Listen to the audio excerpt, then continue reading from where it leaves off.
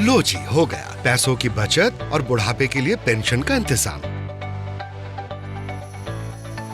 Pension? क्या भैया तुम कौन से सरकारी कर्मचारी या किसी बड़ी कंपनी के साहिब हो जो तुम्हें पेंशन मिलेगी?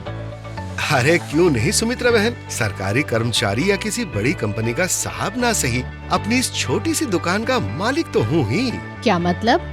मतलब ये है सुमित्रा बहन कि नेशनल पेंशन सिस्टम में सरकारी कर्मचारी और बड़ी बड़ी कंपनीज के साहबों के लिए तो पेंशन की सुविधा है ही, लेकिन इसके अलावा नेशनल पेंशन सिस्टम के ऑल सिटीजन सब्सक्राइबर मॉडल के तहत मेरे जैसे छोटे मोटे दुकानदारों और तुम्हारी जैसे गृहिणियों से लेकर सूक्ष्म और लघु उद्योग चलाने वाले 18 साल से लेकर 70 साल तक के सभी आम नागरिकों के लिए भी पेंशन और बचत खाते के लिए भी सुविधा। वो सब तो ठीक है भैया, लेकिन अब जरा असल बात बताओ। ये बताओ कि जैसे गुल्लक में हर हफ्ते पैसे डालते रहते हैं और पैसा जमा होता रहता है, वही हिसाब है एनपीएस में भी या फिर कुछ मिलेगा भी?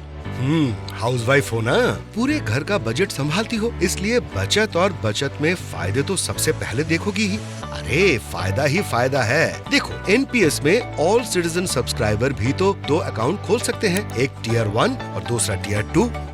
हाँ, वो सब तो मैं भी जानती हूँ रमेश भैया कि टियर 1 एक स्थायी रिटायरमेंट अकाउंट है जिसमें आप नियमित रूप से पैसा जमा कर सकते हो और ये पैसा आपकी चुनी हुई योजना या फंड मैनेजर के अनुसार इन्वेस्ट किया जाता है। और टियर 2 एक ऑप्शनल अकाउंट है जिसमें से जरूरत पड़ने पर पैसा कभी भी निकाला जा सकता है और जो तभी खुलेगा जब आपका पहले से टियर 1 अकाउंट होगा। लेकिन मैं ये जानना चाहती हूँ कि ऑल सिटीजन सब्सक्राइबर के लिए इन्वेस्टमेंट चॉइसेस क्या हैं?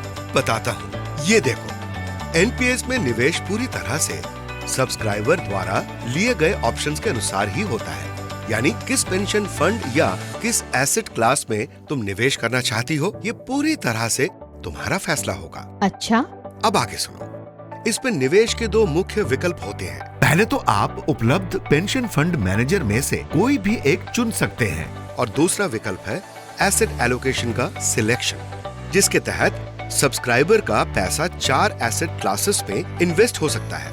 पहला एसेट क्लास है इक्विटी, दूसरा है कॉर्पोरेट कंपनीज के बॉन्ड्स, तीसरा है गवर्नमेंट सिक्योरिटीज और चौथा पॉइंट पर कई दूसरे विकल्प भी हो सकते हैं। अब इन एसेट क्लासेस में निवेश करने के लिए भी तुम्हारे पास 2 ऑप्शन है, जिसमें पहला विकल्प है एक्टिव चॉइस, जिसके अंतर्गत इक्विटी में निवेश करने की अधिकतम सीमा 75% है। कॉर्पोरेट बॉन्ड्स और गवर्नमेंट सिक्योरिटीज में 100% निवेश किया जा सकता है और ऑल्टरनेट एसेट्स में अधिकतम निवेश की सीमा 5% है। इन 4 एसेट क्लास में से सब्सक्राइबर अपनी पसंद के मुताबिक किसी भी कॉम्बिनेशन का चुनाव कर सकते हैं, ये ध्यान रखते हुए कि प्रत्येक एसेट क्लास की सीमा के अंदर हो और कुल योग 100% हो। और दूसरा विकल्प है ऑटो चॉइस, यानी अगर तुम निवेश को लेकर खुद फैसला नहीं लेना चाहती हो तो तुम इस ऑप्शन का इस्तेमाल कर सकती हो। इसमें निवेश करने के लिए 4 विकल्प हैं। 4 विकल्प? वो कौन कौन से हैं? बताता हूँ। ऑटो चॉइस में पहला विकल्प है aggressive life cycle fund LC75।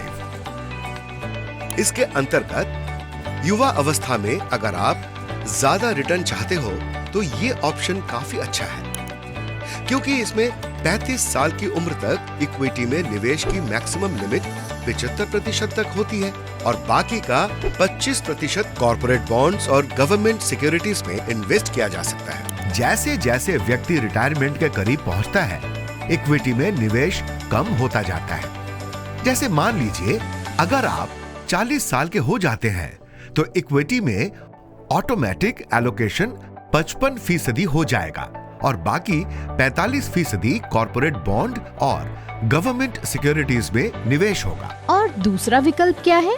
दूसरा विकल्प है moderate life cycle fund LC50। इसके अंतर्गत 35 वर्ष की आयु तक इक्विटी में अधिकतम 50% तक निवेश किया जाता है और बाकी 50% कॉर्पोरेट बॉन्ड्स और गवर्नमेंट सिक्योरिटीज में इन्वेस्ट होता है और 35 साल की आयु के बाद इक्विटी में निवेश का प्रतिशत कम होता जाता है। अब तुम पूछोगी कि तीसरा कौन सा है, तो सुनो।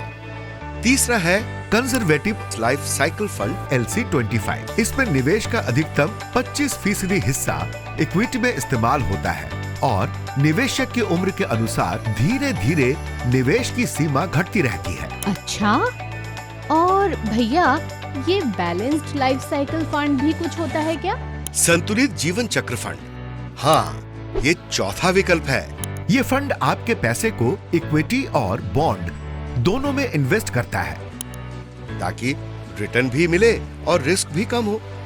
लगभग 45 साल की उम्र तक निवेश का लगभग 50% हिस्सा इक्विटी और 50% कॉर्पोरेट बॉन्ड या गवर्नमेंट सिक्योरिटीज में लगाया जाता है। और जैसे जैसे आपकी उम्र बढ़ती है, ये फंड अपने आप निवेश का तरीका बदलता है, मतलब बिना किसी झंझट के समझदारी से निवेश। और तो और एनपीएस साल में एक बार फंड मैनेजर बदलने की सुविधा भी देता है। निवेश योजना यानी एसेट एलोकेशन को भी वित्तीय वर्ष में 4 बार बदलने की सहूलियत देता है। साथ ही तुम टियर 1 और टियर 2 दोनों खातों के लिए अलग अलग पेंशन फंड मैनेजर यानी पीएफएम और निवेश विकल्प चुन सकती हो। साथ ही टियर 2 अकाउंट के भी कई लाभ हैं सुमित्रा बहन। इसका पहला फायदा है लॉक इन अवधि। टियर 2 अकाउंट में कोई लॉक इन अवधि नहीं है।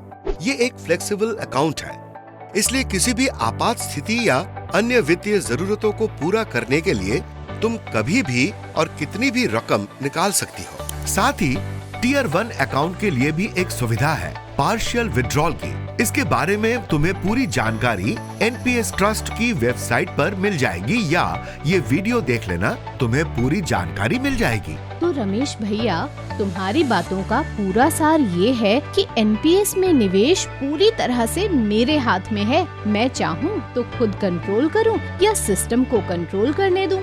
बिल्कुल सही। यही है एनपीएस की खासियत, फ्लेक्सिबिलिटी भी और कंट्रोल भी। फिर तो भैया एक काम करो, नेशनल पेंशन सिस्टम में मेरा भी अकाउंट बनाओ ऑल सिटीजन सब्सक्राइबर मॉडल के तहत, और टियर 1 के बाद टियर 2 भी अकाउंट बनाना, क्योंकि टियर 1 है बुढ़ापे का सहारा और टियर 2 है आर्थिक संकट में साथी हमारा। इसमें मेरी क्या जरूरत है सुमित्रा बहन? तुम खुद एनपीएस ट्रस्ट की वेबसाइट पर जाकर बहुत ही इजी स्टेप्स फॉलो करके अपना एनपीएस अकाउंट ऑनलाइन खोल सकती हो। किसी भी एक सीआरए का चयन करें, फिर स्टेप फॉलो करें। और अकाउंट खोलने का एक और ऑप्शन है, आप किसी भी पीओपी में जाकर भी एनपीएस अकाउंट खोल सकते हैं।